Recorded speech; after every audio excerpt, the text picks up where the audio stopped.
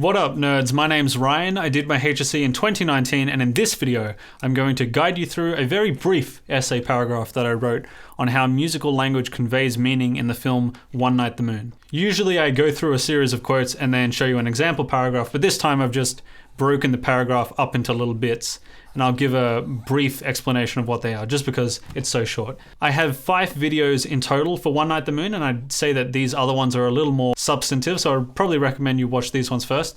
They're racism and prejudice, cultural significance of land, family and life, visual techniques, and this one is musical techniques. So click the link in the top right to be taken to the full playlist of One Night the Moon. So the idea that I am briefly exploring in this video is musical language, including lyrics, melody, and harmony, are effectively used in the film One Night the Moon to contribute to the viewer's understanding of the culture, identity, and relationships between characters. And the first example of that is the lullaby scene at the very beginning of the film. I'll play it very briefly because I'm sure you're familiar with it by now. One night the moon came choo-chooing by, called all the sleepers to come for a ride. So during an early scene in the film, the Ryan family is shown to be singing together in Emily's bedroom. Each family member sings in melodic unison, representing the strong bond between them. The lyrics, "One night the moon came a-choo-chooing by," are repetitive and simple. This lullaby emphasizes the nuclear family identity that the Ryan family holds. So what do I mean by melodic unison? Well, so the other thing that I should mention is that the chords are in a major key, so they're just very happy sounding instead of sad sounding. So when you hear happy sounding music, happy sounding chords, they're called major chords. Each family member is singing the same melody, but in a different octave.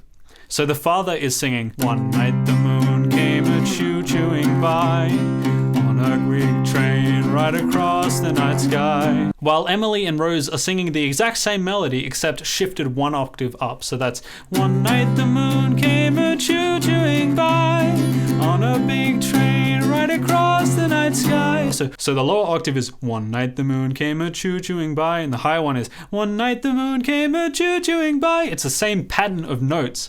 They're just shifted up by an entire octave. So I describe that as singing in melodic unison, and it has this effect, singing in melodic unison like this. Even though they're in different octaves, they're moving in the same way up and down during the melody. And what that shows to me is a strong bond between the characters. They're not clashing, they're very linked in together, and they're all traveling across the same path. All right, next scene is this very beautiful a cappella harmony part. So let's take a quick listen to that.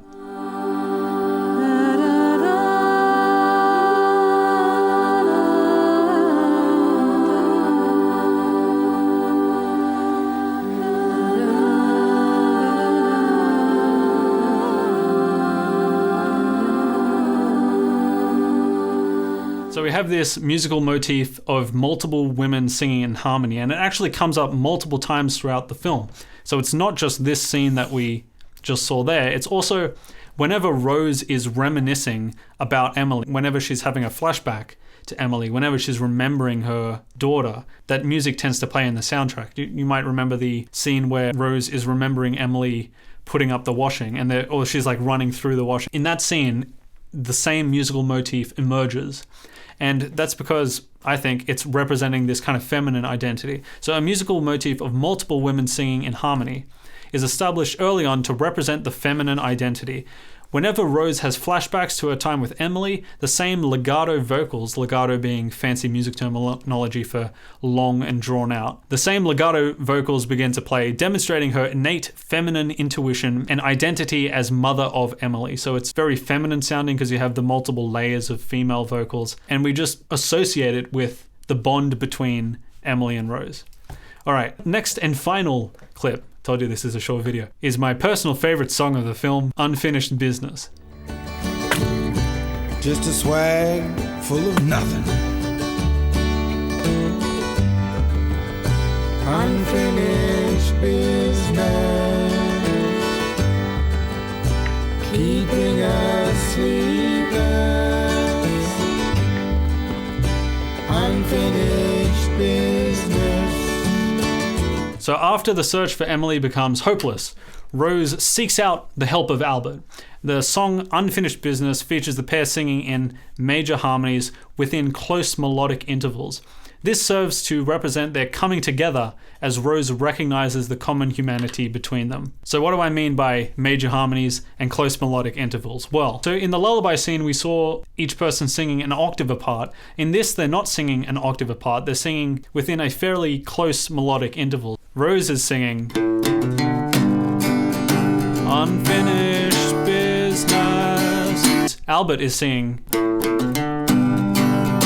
unfinished business. And so if you put those two together, you get this. Unfinished business. And because they're not so far apart, and they're actually singing quite close together, I say that it serves to represent the coming together of them to follow the same goal, to try and find Emily once and for all. And it's a very fitting song. It's a very fitting musical style for this particular scene.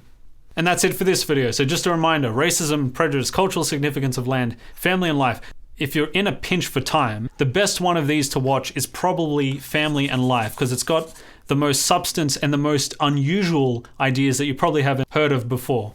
These two, racism and prejudice and the cultural significance of a land, they're pretty stock standard analysis quotes. And if you're watching this, the day before your HSC, probably watch the Family and Life one. I'd strongly recommend that one. All right, so good luck in your HSC exams, and I'll see you in the next video.